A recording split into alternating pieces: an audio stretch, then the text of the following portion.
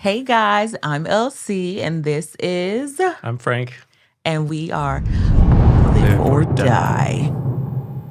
All right, Frank, do you want to explain what Live or Die is, considering this was your baby?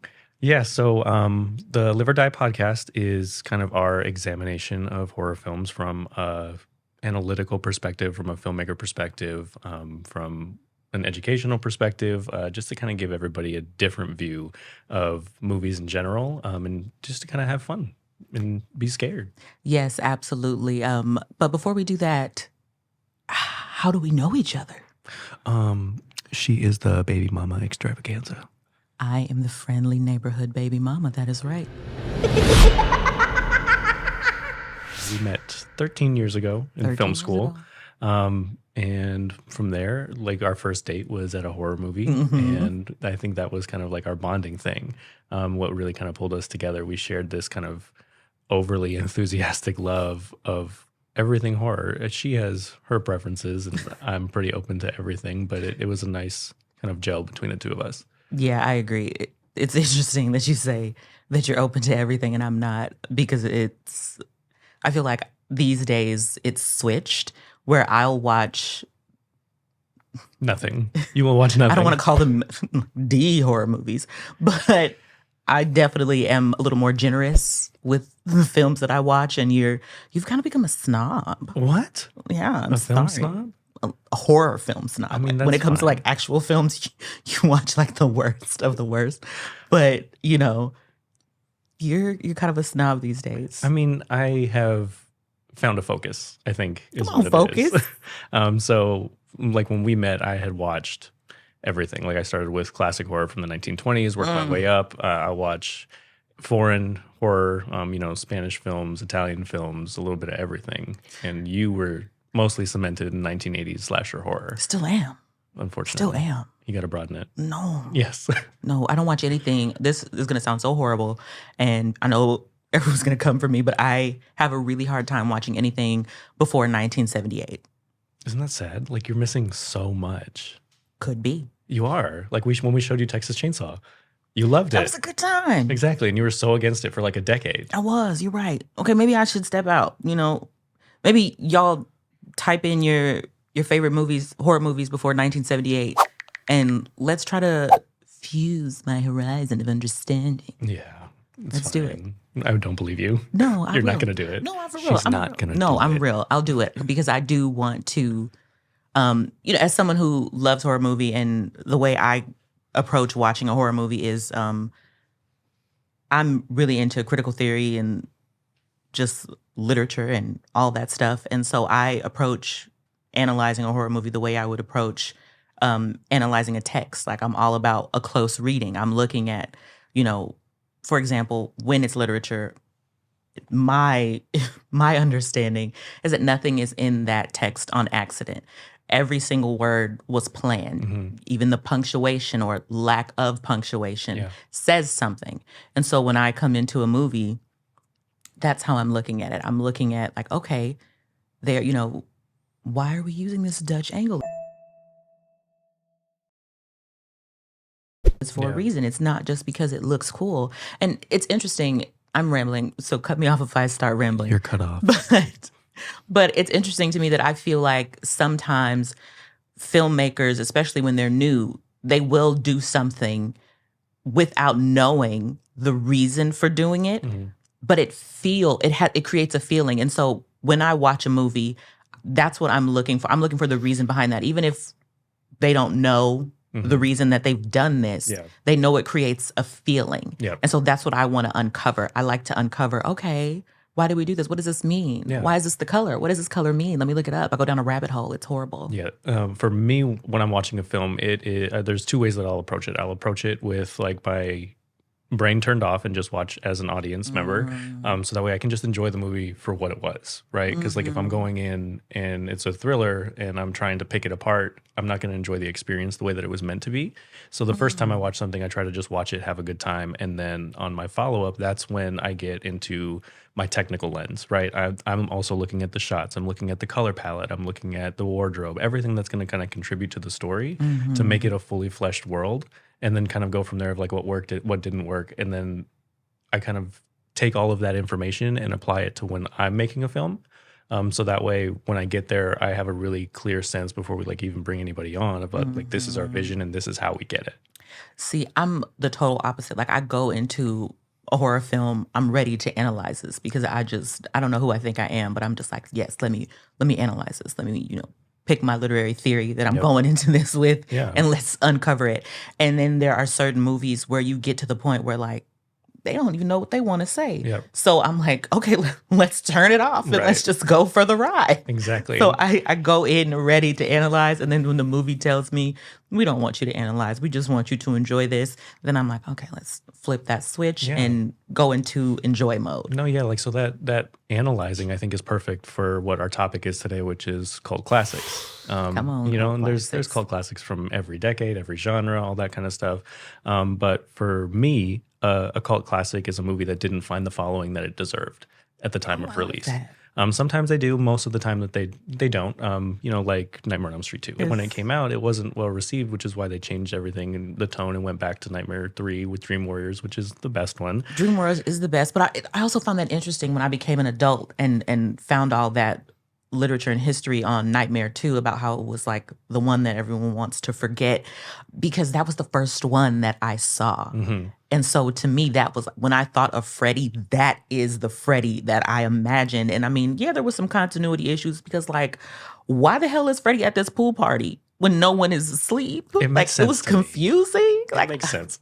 I was confused. And then I saw an interview later where Wes Craven was like, why was Freddy at the... But I'm like, yes, Wes, tell them. Why was Freddy at this pool? But that was the Freddy that I knew. Those were the images that I have like of the... what's his name? Jesse on the bus going to school. Like, to me, that was Freddy. And even as a horror fan, I did not see any Nightmare on Elm Street movie outside of 2 and New Nightmare. Oh my God. Until I was in college. How though? And I'm going to tell you why. Because my dad didn't like us watching horror. So we had to do a lot of sneaking and going to people's houses. But those two, I had Nightmare 2 and then New Nightmare. And then Freddy vs. Jason came out when I was like 15. And I was just like, oh man, I have to see this. I have to see this. And my dad was like, no, but dad was out of town. That was a horror event. Oh my gosh. We went to see that movie and I thought it was so cool. And in that intro, Freddy's kind of giving us a little history. Yeah. And there's that scene where he's got the guy. He's like the by puppet. the veins, and when I saw that, I was like, the fuck is that? Right. Like, what is this movie? And then I told my cousin, and she was like, oh, that's the one where he's in the nursing home. It wasn't no nursing home. No. But I was Insane like, asylum. wait, what's that? And then that's when I went and I found out, like, wait, there are other ones? Right. And so I had to go and find them. And I don't know, life happened and I didn't actually go and find them until I was maybe a sophomore in college. Damn. Yeah. And then I was like, I have to watch these. And now I just can't believe I've gone my whole life. But that's kind of cool though, because like now as an adult, like when you get to find these things, there's like that level of excitement when you're kind of getting to see more of what you love. Right. And then I don't know, there's something about, for me, even though I've seen it 100 times, having someone watch something for the first time with me kind of gives me a whole different experience of like, okay, looking at them, not even looking at the movie. Exactly. We watched them the whole time to kind of see their reaction, see if they enjoyed it the way that we did. And I do the same thing. Like as I'm watching it, I'm like, okay, what worked? What didn't work? Why is this scene supposed to be scary and this person's sitting there on their phone because they're not engaged? You know what I mean? Oh, yeah. Because if we're going to, So I think when you analyze these films, you're looking at them more so as a filmmaker. Correct. And when I do it, I'm looking at it because I strongly believe that film is the literature of the 21st century. So when I come into it, that's how I'm looking at it. Like, I'm like, okay, this is a literary work and let's get into it. Let's dig in. And jumping back really quick to discovering New Nightmare after all those years, that's kind of how Phantasm was for me, because I knew this movie existed. And I remember being a kid going through Blockbuster and seeing that cover and being like, what is that? And Blockbuster was good for a lot of like hidden man, gems. I'm telling you, but for some reason I never picked that one up. Like, I don't know. I I don't know. I didn't pick it up. And I don't know. I feel like if you didn't get the coming soon to VHS, like as a preview, I wouldn't see it. Yeah, like because those coming soons, oh my God, I'm telling you, those coming soons, I'm like, Warlock, what's that? Coming soon on video and DVD. Exactly. And it would be the worst movies, but they would get a trailer on the VHS, and then I'd be like, okay, I'm going to watch it. Trimark's done it again. Right. And now, our feature presentation.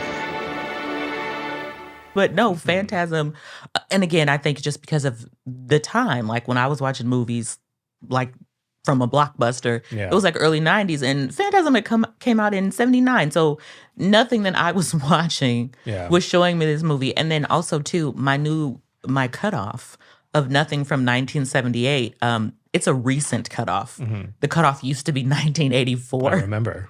Which didn't so make sense, Phantasm didn't make Friday the 13th was 1980. The only movie that I saw Friday the 13th late in life also. You are the only movie that I had seen for years past 1984 was Halloween. Because I just love Michael Myers. Excuse you? I said what I said. Excuse you? I said it. Michael Myers is everything. Like he is the GOAT as far as I'm concerned. Maybe in the 70s, like suburban white girls. I just don't understand this disrespect. Was a scary thing, but like crazy. Watching it now, like if you were to, I'm confused. If you were to show somebody now who had never seen it before, they would be like, "This movie's boring," because it is. Nothing happens until the end. I'm not bothered by that. I am. I mean, there's a setup. See, and this is why there's a setup. You have to, and maybe this is just because I'm a reader first. That's exactly why. And I want the setup. And I want the payoff. So if the setup is done well, which it is done in Halloween, when we get to that action, it's not like, oh, finally. It's like, oh, yes, I've been waiting. This is it. This is happening. I don't know. You're crazy. Yeah, I don't agree. I feel like the payoff wasn't enough. He came through and killed everybody. Okay, he strangled somebody in a car with some weird, awkward noises. What did you want him to do? I don't know. But see, that's the thing is that you're looking at it with your modern lens. Yeah. And you have to look at it from that. You got to jump back into 1978. The things that we have in movies now, this movie would never have been made if they tried to do all that. But it paved the way. Like the reason you have the horror that you love now is because of Halloween, and you're welcome. Okay. I mean, before I get canceled, Halloween is a classic, like 100%. There's no doubt there, and it definitely paved the way for everything. But oh, come on with the but. I feel like the sequels were vastly superior, and I'm so sorry, AJC. Okay, you know what? Before I just get too off the Phantasm track, my favorite Halloweens, 4 and 5. The Daniel Harris ones. Oh yeah, those are such a good time. I feel like they've aged well. Like I can watch them with my kids now and they enjoy it like it's something that came out last week. Because it doesn't take forever to get set up. Look, the disrespect is out of control. Halloween is a classic. We will move on and agree to disagree. Phantasm. How did you discover Phantasm? Because I know you've seen it before me. Yeah, I saw it, I want to say when I was like 11 or 12. What? Just on like an AMC or like some like late night. I didn't understand. Yeah. Because I think I came in like 3/4 of the way through the movie. It wouldn't have helped. Yeah. And I was just like, oh, this is really cool. Like, let me go try to. And then I forgot about it for a very long time. And then I'm a physical media collector. So like Blu-ray, Steelbooks, all that kind of stuff. Like that's my thing. Of course. And as they're like releasing these special editions and these remasters and everything, one of them that popped up was Phantasm. And I said, okay, let me restart this journey and see how I like it, because there's 5 of them. So and then you invited me along. I did. That's the best part. And you enjoyed it thoroughly. Oh my gosh. Okay. So this is one of those movies where I said you kind of have to turn off the analyses. Yes. You can't. I feel like to truly enjoy this movie, you have to suspend everything you know about plot and 3-act story structure and just anything, and just go along for the ride. Like you have to. And I remember when I first saw it, I was so confused. I'm like, now what is happening? Yeah, it doesn't make sense. If I remember correctly, we watched it in several parts because it started and we were so confused and we were like, we'll come back to this. And then we came back to it and we finally watched it. And it was so confusing and just like, I don't know. We were like, I don't know. And you actually did some research on that and that shed so much light to me. It was, it's one of those movies where it just kind of seems like a whole bunch of scenes are put together. Like they're all in the same world, but none of them really propel the main story forward. And so like with that, I think that's kind of one of the reasons that it hit is because it was polarizing in the sense of like, I'm enjoying this journey, but I have no idea what's going on. 100%. And with like, what's the best way to make someone uncomfortable with the plot? Have no plot. Exactly. Or have a non-linear plot. Exactly. And that's what they did. And a lot of that came from how they produced the movie, right? Give us tea. Oh, okay. You don't want to give us tea? I mean, we can give the tea. It's fine. So Phantasm was shot in, I believe, 1977 by the director who found funding through his father, through doctors, through lawyers, all that kind of stuff. And they raised the budget of $300,000. Love that for him. Right. And so he got a whole bunch of his friends and people that he works together with on the regular and was like, hey, let's make this movie. And they shot over the weekend, 20-hour days, and they did that over the course of a year. So it took them a year for production, doing just 2 days a week. Which I think is what contributes to the story not making sense. Yeah, right. That and then the director being the director, the DP, the editor. He was doing too many jobs. And when you're doing a movie, and especially like as a writer director, you're very close to the project, right? 100%. And people who read your script or watch the movie aren't privy to the information that you have in your mind. 100%. That fills in the holes that are there. And I think that was the case with Phantasm. Yes. And when you said that to me, it made perfect sense because, you know, as someone who dabbles in writing horror, short horror stories, I'm not out here doing it big. I'm just writing some little short horror stories. Right. But I'll write one and I'll feel so good about it. And like, I'll show someone and I'm like, check this out. And they're like, well, on page 5, this happens, but why? Like, how is this connecting to page 10? And when I hear that initially, I'm like, what are you talking about? It makes perfect sense. And then I read it and I'm like, it makes sense to me because I've created this world. I've created these characters. I know why this is happening. But now I have to make sure that the reader also knows why this is happening. So I feel like with him having so many hats, it was kind of similar to that. Like, he may watch this movie and be like, 100%, I see what's happening here. But me watching it, I'm like, no.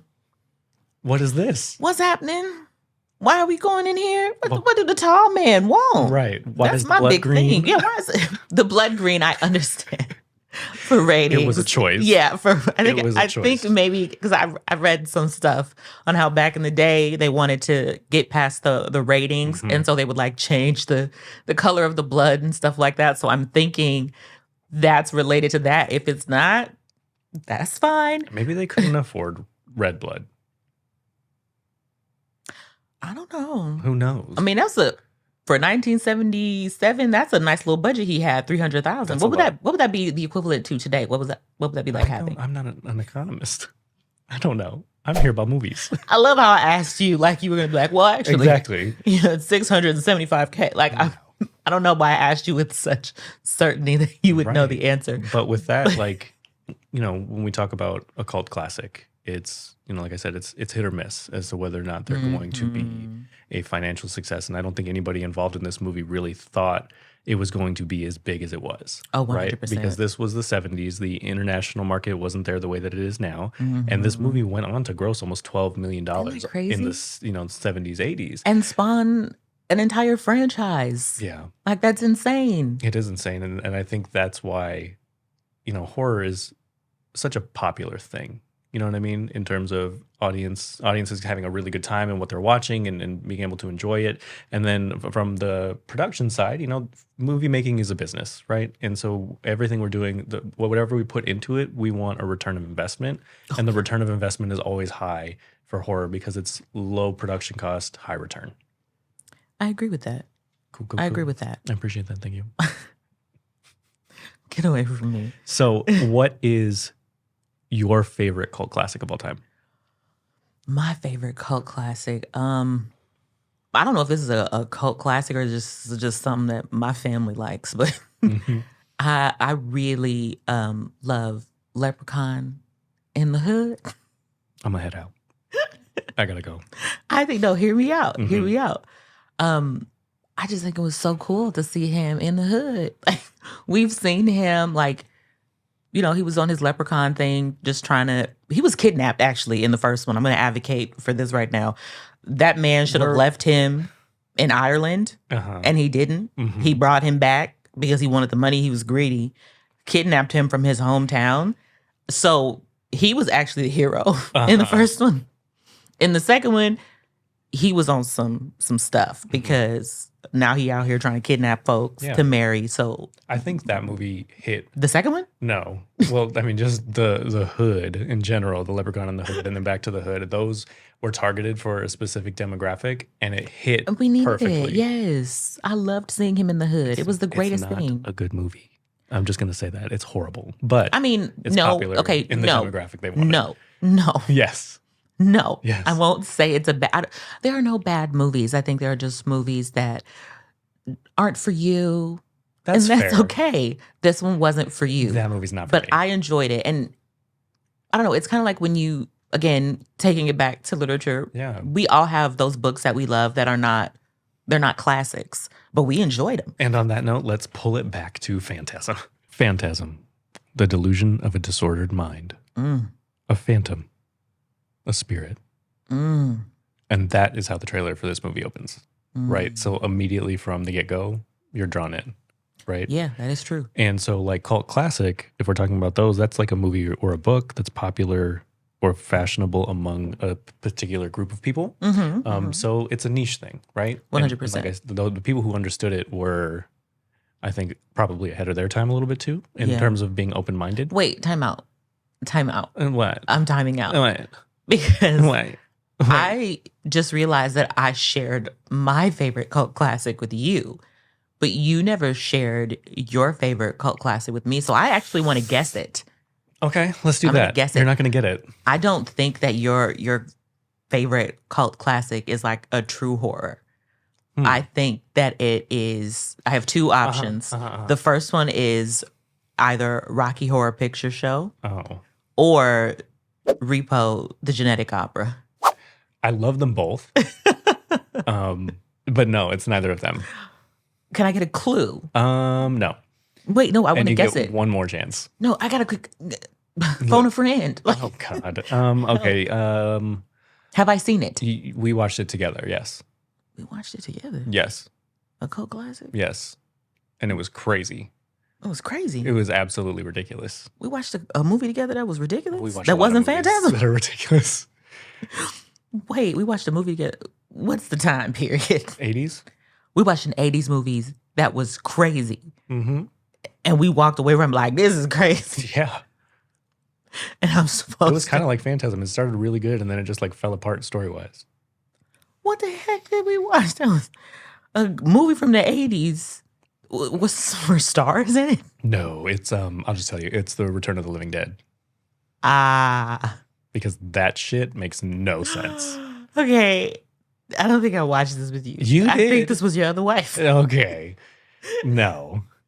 You don't remember? Like there was like the vat of like toxic sludge and the zombies were up and alive and talking. Oh my gosh, I like, on the did table. watch And he's, this. like on the table You're talking to right. them. It did left me so confused that I removed it from my memory. And that has 2 sequels.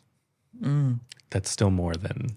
But it was enjoyable though. Like, see, and that's the thing. I feel like I'm just such a lover of horror. Yeah. That even when the movie is like a little suspicious, I'm just like, I found something good. Okay, so my cult classic was The Return of the Living Dead, and I feel like with Phantasm, right? What is it about? The synopsis, the back of the Blu-ray, right, is about a small town boy, his brother, the ice cream man that was there. The ice cream man was crazy. And you know, people are going missing in this small town, and they find out that it is the mortician. Is that the right word? The people who be rolling the bodies around? I mean, that's the job. That's the actual job title, name? but he ain't no mortician. Well, he's not. He's the tall man. He's the tall man. But, you know, so they do their investigating and then they find out, you know, he's definitely not a normal person. He has like these little Ewok Boy. looking things every 5 seconds. Every time that man entered the screen and that little boy was there, boy, it's like, why?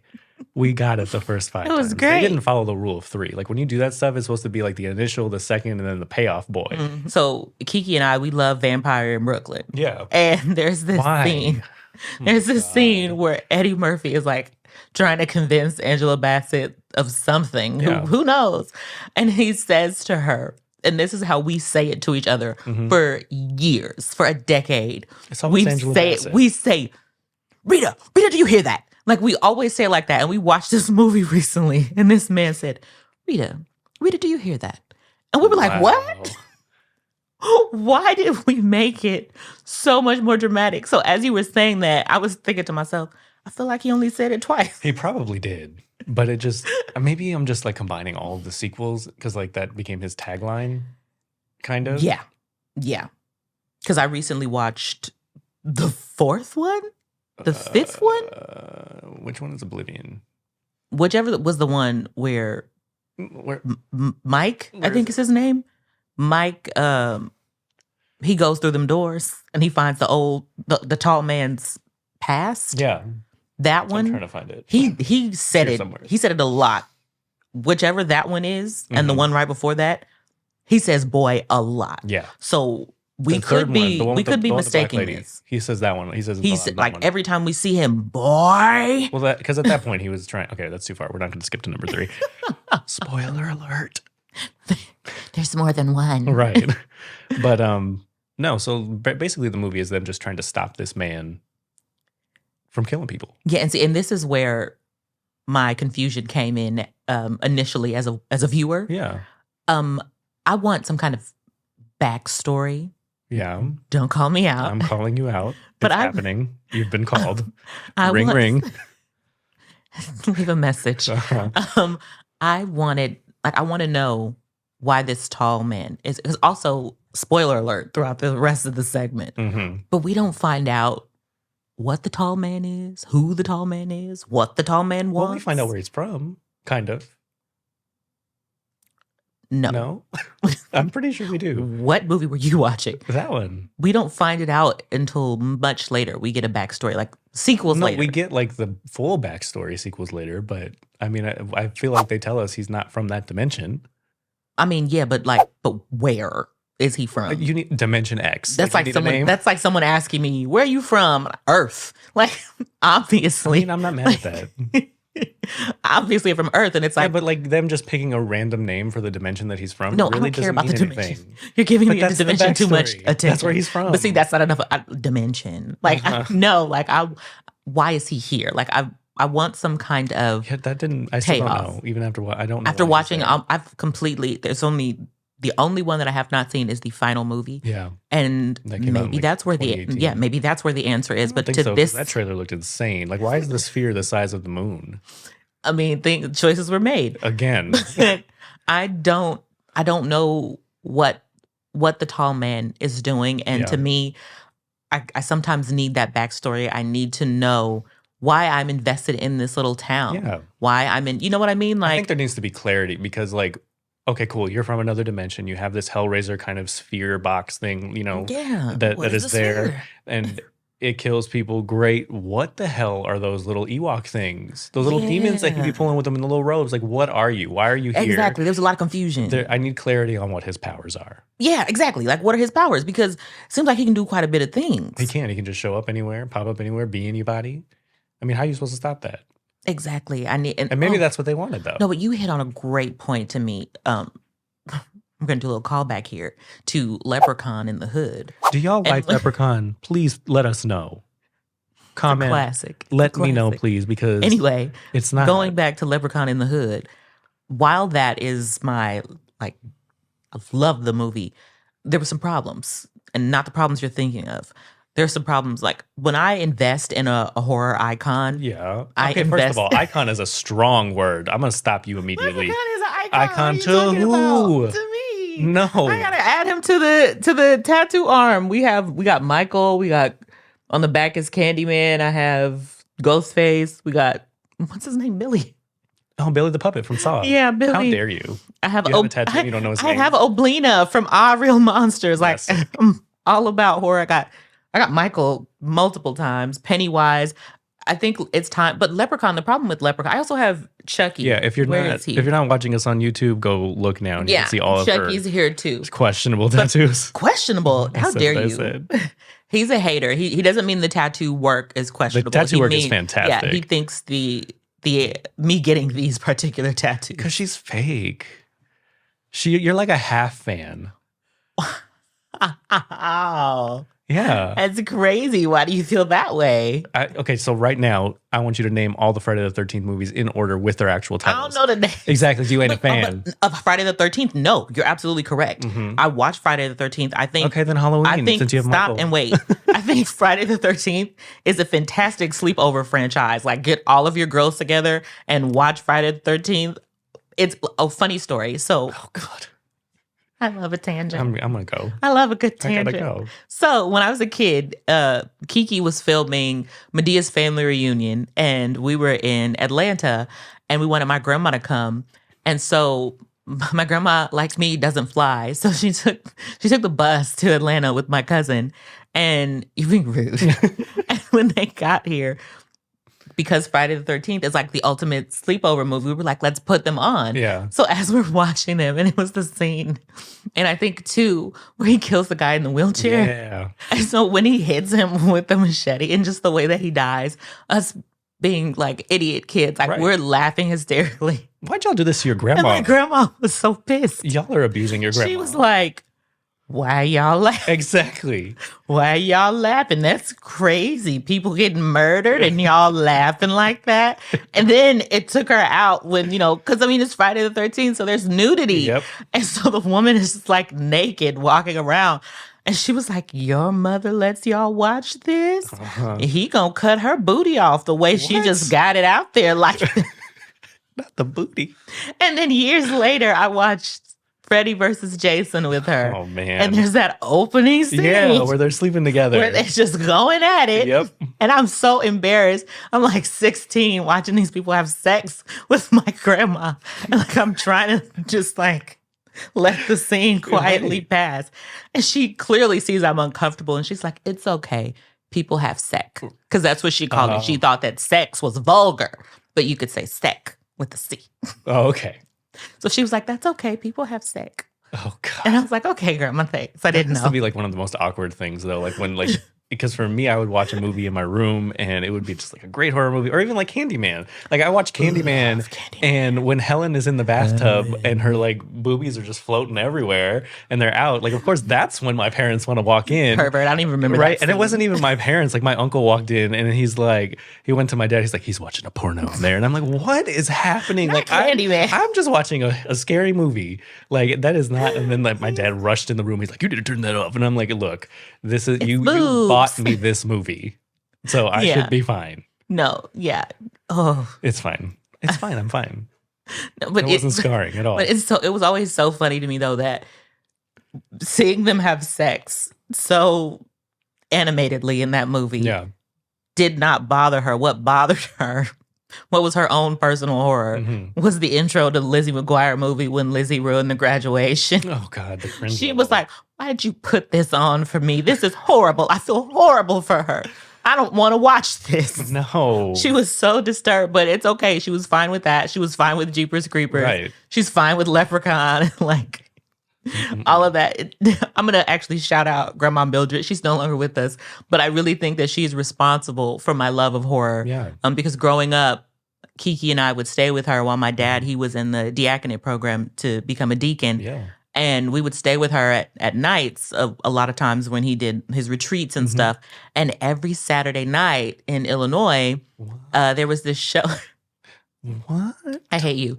There was this show. Saturday night? Saturday nights, my friend. 11 p.m. maybe. Don't quote me on that. Yep. But there was a show on Chicago, famous horror show, Svengoolie. And for anyone not familiar with Svengoolie, no one is familiar with Svengoolie. Get the hell away from me. No one is familiar with that. Check him out. If you're in Chicago, it's only there. Where's it available now? Is it on YouTube? Oh my God, you can actually find it on YouTube. I've been watching old reruns on YouTube. So yes, it's Sven Gulli. And just imagine like a zombie slash.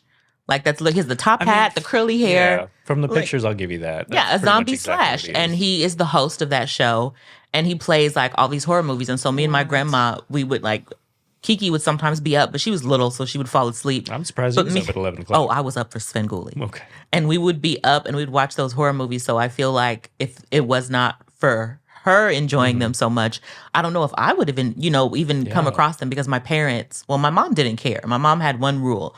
There can be no sex. Yeah, that's our rule. Yeah, with our kids. Exactly. Yeah, like you can watch whatever we can watch the horror. And people think it's so weird, but like all my kids know, like we watch the behind the scenes, we watch all that stuff. So like my youngest, we love a good like, documentary. Oh, that's just prosthetics, right? Yes, that's just fake blood. 100%. 100%. Just we just want no sex and no. There was the frontal female nudity was fine, but no frontal male nudity. Which I don't understand. That's such a double standard. Like a body's a body. I mean, I guess because like if they're just like walking, like if it's obviously, I don't know. If we're not going to let them watch a sex scene, and then like there's dongs everywhere because they're just walking around. I mean, but honestly, like, let's be realistic. Like how many horror movies exist with frontal male nudity? It's very rare because for some reason that rating, the frontal male nudity gives you a harder rating than female nudity. I personally think we need more frontal male nudity in our horror movies. I agree with you. Let's see it. Look how tickled you are. I'm so tickled. At the mention of a penis.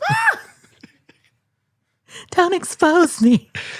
Yeah, okay, it's fine. Yeah, I'm here for the frontal male nudity. I think we all. I think we need it. I remember. Oh my God! So I remember one time, because my parents would do the same thing. Close your eyes, and I remember just being like, "Why can't they just show a dick so I can look at it? Because I have one."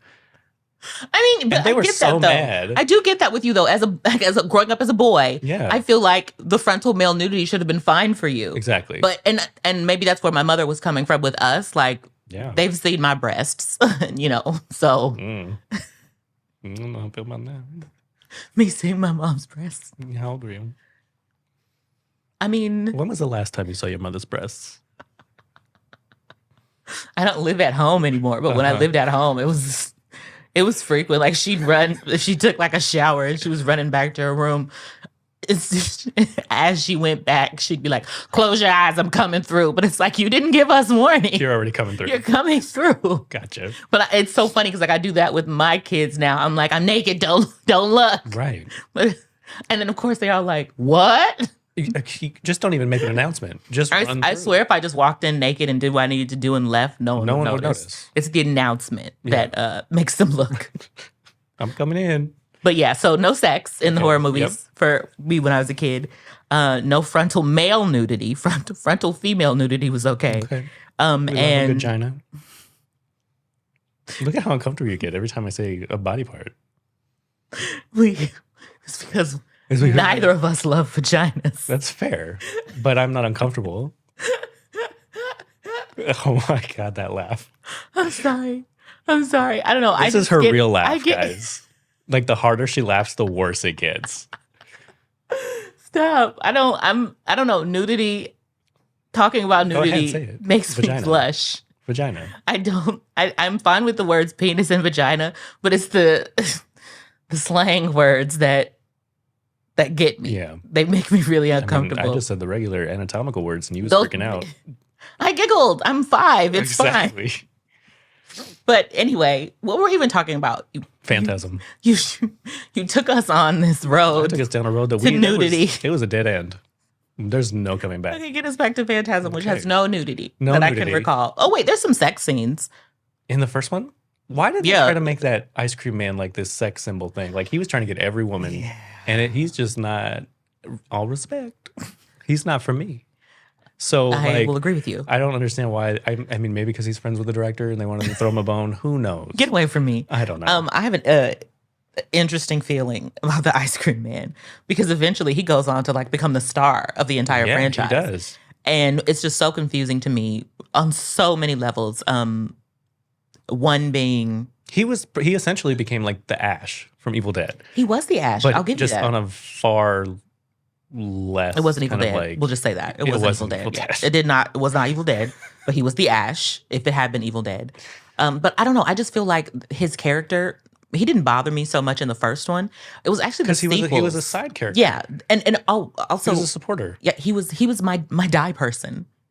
Oh yeah. So we play a game every time that we watch a movie or a new horror movie where we go through and we try to give ourselves a time limit, right? So like 15 it's usually minutes 10 to in. 15 minutes, yeah. And then we will pick one person that we think is going to be our survivor and one person that we think is going to die. And the right? survivor is the live person. Exactly. And there's ultimately going to be multiple deaths, but we have to just get one correct. We have to correctly call at least one death. Yep. And that is our die person. And so once it's locked in, you're ready for the ride. And that makes the movie really, really fun because like the whole time you're just kind of like, oh my God, is my person gonna die? Rooting for Is my person going to die? And then like it becomes one of those things like, oh my God, don't go in there. Oh my God, run faster. Like you get a lot more invested when you play this game. And it's great for a party because you can drink with it too. Exactly. When your person, bites the dust. Exactly. And they were your live person, you have to take a shot. You could do it like a King's Cup thing. Like if your person dies, pour it all in the middle, and then whoever did the worst has to drink the whole thing. I like that. New game. I'm not mad at it. I'm not mad at it So either. so your die person was the ice cream man. Reggie. Yeah. And then the boy, Mike. Mike was my live person. My live person was Jody. I was just wrong all the way around. Yeah. You're usually not wrong. I'm not, but yeah, it's because I couldn't analyze this movie. I used my tools of analysis to help me figure out. God. But this was immune to my tools. I'm just gonna one more time. Why? Sorry. It's fine. I'm a nerd. I know. You want a roller backpack. We got to talk about this because he's coming for me because I have a bad back, you guys. Like, I mean, Y'all. it's I'm creeping up in age. Back? I'm creeping up in age. A bad back. I mean, I have breasts and they're heavy. Okay. We're talking triple D heavy here. You take it up with God. He did that to you. I'm just saying, like, I'm already carrying this weight. And then when I'm... Yeah, but doesn't it balance it? Like, if you got your titties, you're like, and then you put the not backpack titties. on and you're I don't like, think we can say titties. I said it, titties. Like, isn't it going to, like, straighten you out and, like, balance you? That's not how it works. Oh, Idiot. I tried. This is why I'm gay. Exactly. You're not understanding how this works. So I already have these heavy breasts, and now you putting something on my back. And when I go to school, y'all, when I go to school, I bring my laptop, which is a MacBook Pro, so it's already heavy. Then I bring my iPad, which is an iPad Pro, so it's heavy. And then I bring so you're just flexing on everybody. She got the Pro, y'all. That's not what I'm saying. I'm telling you guys the weight. I'm telling you about the weight. I have 2 backup chargers in case something dies and I'm not near an outlet. You don't have to bring any of this. It's a calculated choice. I'm going to be on campus all day. I'm a student. I'm studying. Let me study. Well, study, you don't need all that. I bring all that. Then I also bring my chargers. And then, I have Go ahead. my headphones, which are the Maxes. So they got a little weight too. The Maxes, y'all. Let's just calculate how much your backpack is worth. Well, And tell the backpack, what backpack you got. What's the backpack? The backpack itself is kind of expensive. Yeah, what kind is it? It's just a backpack, bro. What kind of name the? It's just a backpack. Anyway, so it's a heavy backpack, and I just feel like it would be smarter to wheel that around. And then he told me, "Ew, nobody rolls a backpack." Yeah, What a loser! Because he thought we were teenagers. I like, cared what people thought about me. The first thing that pops into my head is like that kid in a movie who is like made fun of by everybody, has no friends and snaps. They're the one rolling the roller backpack.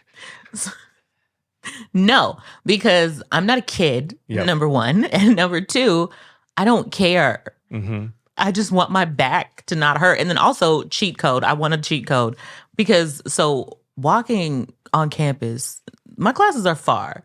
And are they? by the time I get to the next building, I don't want to take the stairs. I want to take the elevator. But I feel like people look at me and they see this healthy person and they look at me waiting on the elevator. And they're like, saying that? I can tell you, I get the looks, and they're like, she's super healthy. Right, that's the look they're giving. She's super healthy. You're healthy. Why is she taking the stairs? Okay. And so I feel like if I have a wheel backpack, people will be like, oh, she's taking it because of her backpack. Okay, and move along. So it's also, so maybe I do care what people think about me. Right. It's all coming together.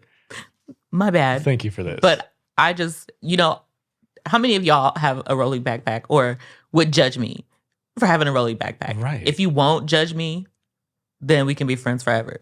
But if you will judge me, I'm judging. I'll feel upset for a little bit, and then I just won't get the Rolly fine. backpack. And it'll be okay, fine. so Rolly backpack, you're either hashtag Team Frank or hashtag Team LC. Yeah, let's make it easier because I feel like my explanation was long and drawn out. For what? You need to get it together. I want a Rolly backpack. Then get a Rolly backpack. I think I will. I refuse to be judged. It's your iPad Pro and your MacBook Pro and your MacBook Mac. I mean, it just makes sense to wheel it all around. And then who knows? I may have textbooks at some point. Oh, God, okay. Because right now I've been able to get everything on the ebook. But what if next semester it's textbooks? So now I have to carry all that around and some heavy ass Norton anthology of Don't you got literary theory. There ain't no locker? What? Why would I have a locker? They don't give y'all lockers. Frank, what college you went to that give y'all a locker? I'm a film person. I don't They give y'all lockers in film school? I mean, No. I had an equipment room.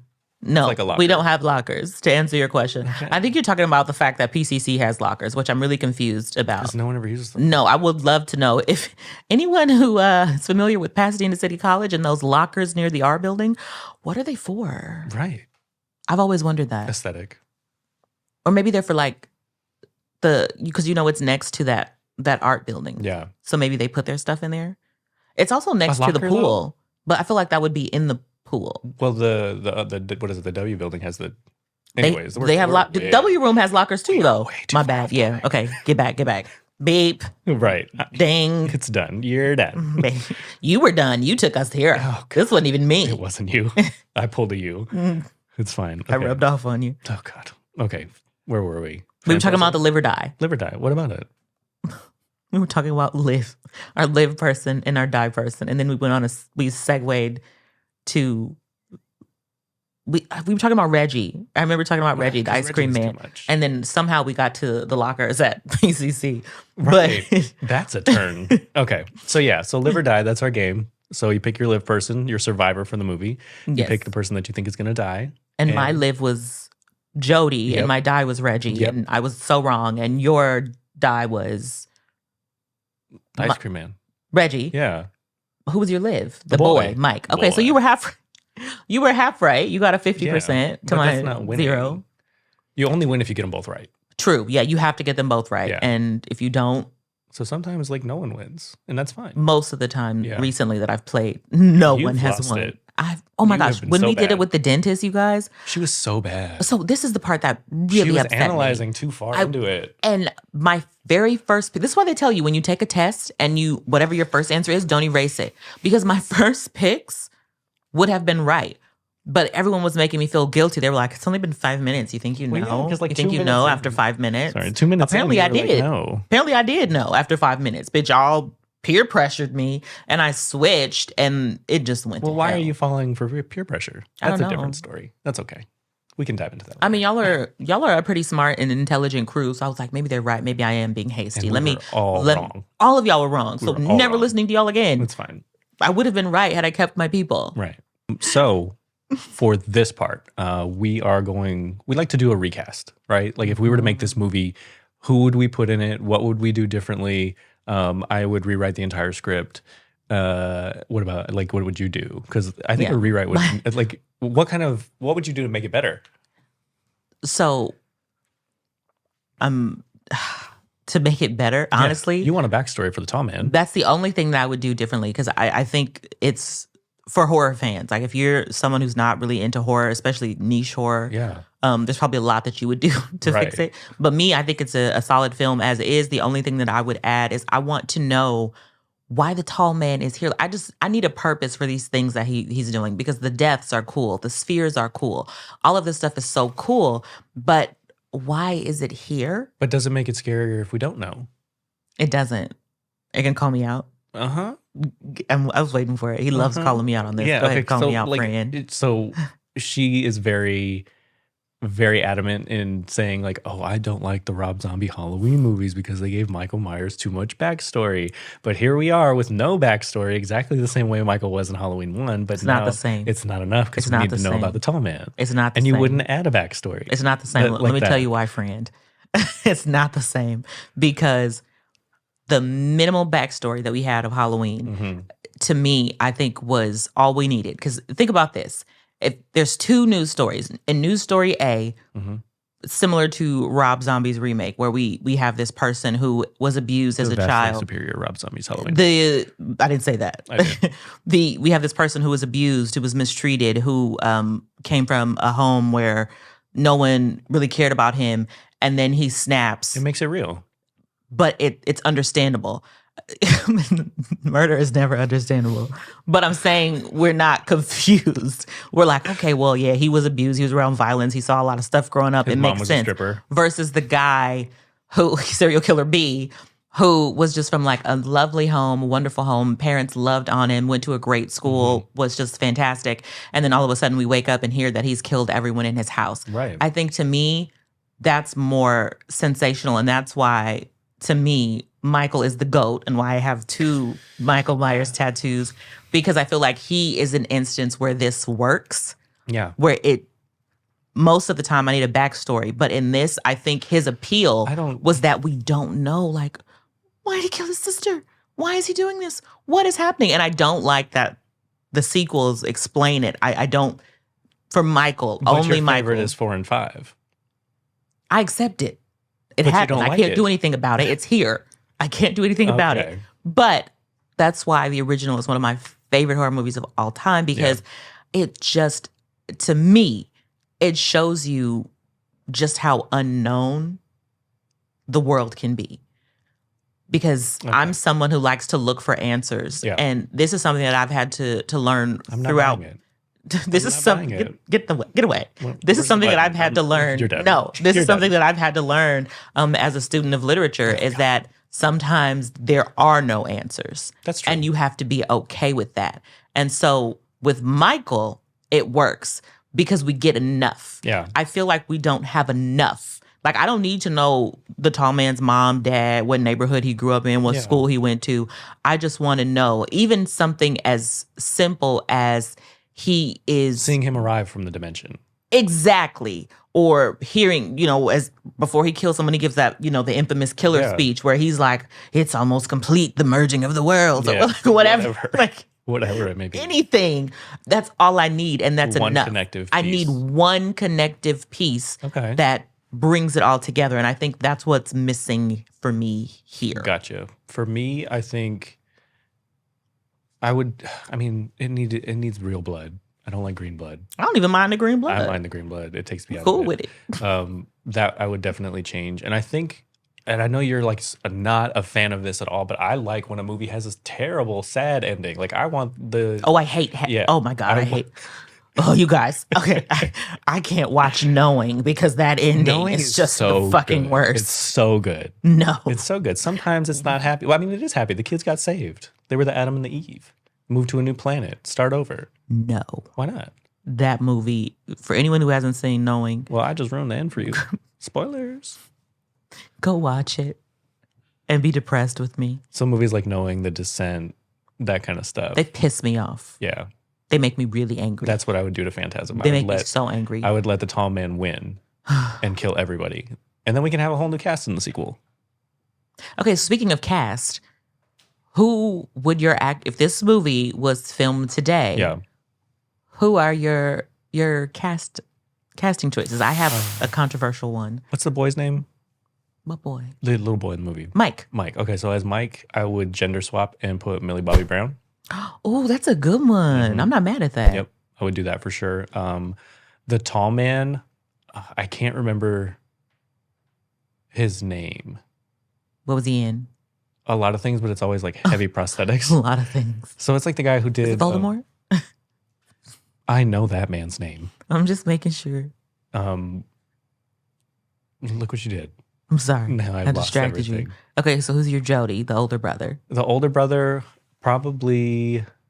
I picked Millie Bobby as the young one. The older brother would have to be. Or are you gender swapping her too? No, I like it a brother sister dynamic because if the sister's a little bit more gung ho than the older brother, I think that's cool. Yeah. For the older brother, probably somebody like. I don't know his name. The kid who's playing Blue Beetle from Cobra Kai. Love that guy, but don't even know his name. Yeah, Jaime. No, that's We'll Blue have Beetle. to find it out later and put it in Right. across the screen Exactly. because. But let's not get into Cobra Kai because I'm kind of a fanatic. That's fine. But we'll move along. And then I think the hardest one for me is going to be the tall man. Oh, I know who the tall man is for me. Tell me. Tell us. I want it to be Michael Fassbender. What is wrong with you? Because I think that he is so good. Like, I feel like the tall man has to be like David from David in Prometheus, where it's like, but he can play sinister and up to no good, but he's just so charming that the town would let him get away with things that are rather suspicious. Yeah. Like, I would let Michael Fassbender get away with suspicious things. That's a bit much. I didn't mean like that. I mean, he's a nice man. He seems like a nice man. Anyways, for tall man, I'm thinking of someone old. Because he's like super old. Oh, would you be like Jeremy Irons? Irons? Jeremy Irons. He would Jeremy be Irons, sick. I think would be good. That's my pick. Yeah, he was my original pick. Then I was Star. like, maybe Michael Fassbender. But I'm not mad at Jeremy Irons. And then I'm going to steal your choice for Millie Bobby Brown because I really did. It's a good choice. Yeah, I think it's a fantastic choice. For the older brother, I'll just take him out the movie. That's fine. Take him out the movie. We don't need him. I don't think we need him. He's important in the sequels, but we're talking about this movie. In our exactly. We'll cast him in the sequel. He comes back. And then for the ice cream man, aka Reggie, I don't know because just take him out it's too. hard to gauge his. I think it would be better if it was done kind of like a Fright Night situation where it's the girl and her her friend, group of friends, and they try to stop the tall man. Fright Night's a good one. It's so good. It's a classic. Yeah, I just watched it. I watched it again recently too. Yeah, I know. and I like the remake as I was well. there.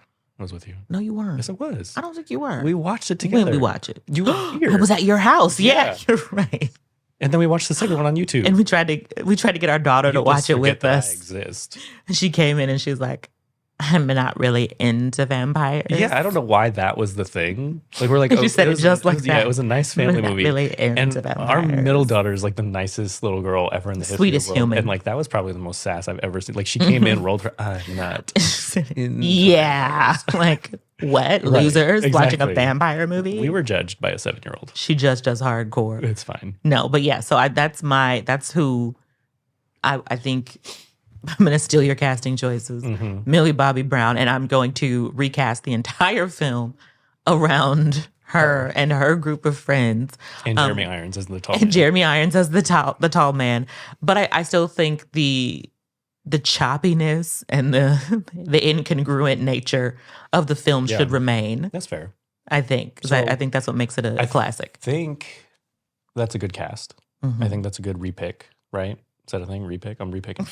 Go for it. Make it up. So that will lead us into our rating, right? So the way we rate things, it's 0 to 5 stabs, and we do it reverse. We want 0 stabs is the best score you can get. Because you That means lived, no stabs. right? 5 stabs, you are dead, and that movie never should have been made. So how would you rate it? Believe it or not, If you say 0 stabs, so help me God. I'm giving this movie 0 stabs. Okay. I think for what it was, when it was made, how it was made, the time period, all of that, I think it is a very well done horror movie. I'll agree with you there, but I will give it 1 stab I accept because I this. just need it to be a little bit more linear in the way it's telling the story. I agree with that. But otherwise, it was a great time. I consent to your rating. Thank you. You're welcome. Consent is important.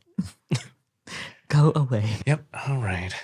And that wraps us up on Live or Die. So make sure that you like, subscribe, check us out, listen anywhere that you can find a podcast. And special thanks to KeyTV for setting this all up. Thank you. See you guys next time. Bye. Bye.